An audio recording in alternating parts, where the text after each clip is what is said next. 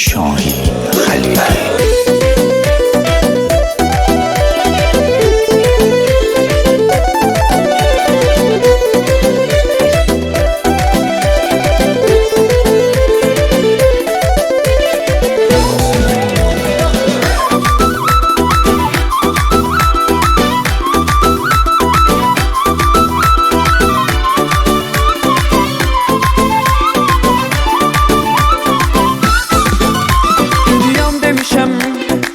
Demişəm mən sənə ay nazlı maral, hərdən gözümə baxıb mənim köylümü al.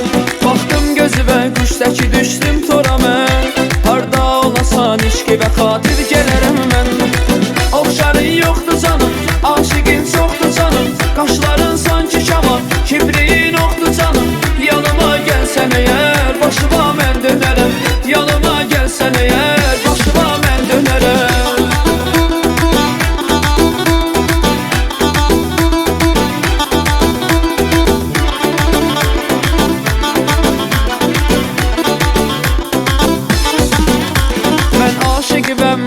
Mən aşıqım, ay gözümün ağ qarası, cansan mənə sən, ay yüreğimin parası. Mən ömrümü səndən bölürəm, ay gözəlim, bu dünyada sənsiz ölürəm, ay gözəlim. Sən mənim can çiçəyim, oxşarın yox gözəlim, hamıdan gözəl yarım, sənə qurban ürəyim. Yanıma gəlsən əgər, başıma mən dönərəm. Yanıma gəlsən əgər, başıma mən dönərəm.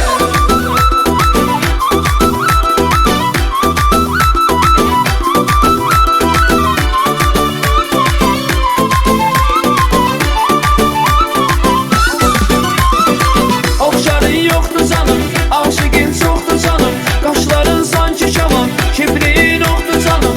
Yanıma gəlsən əgər, başıma mən dönərəm. Yanıma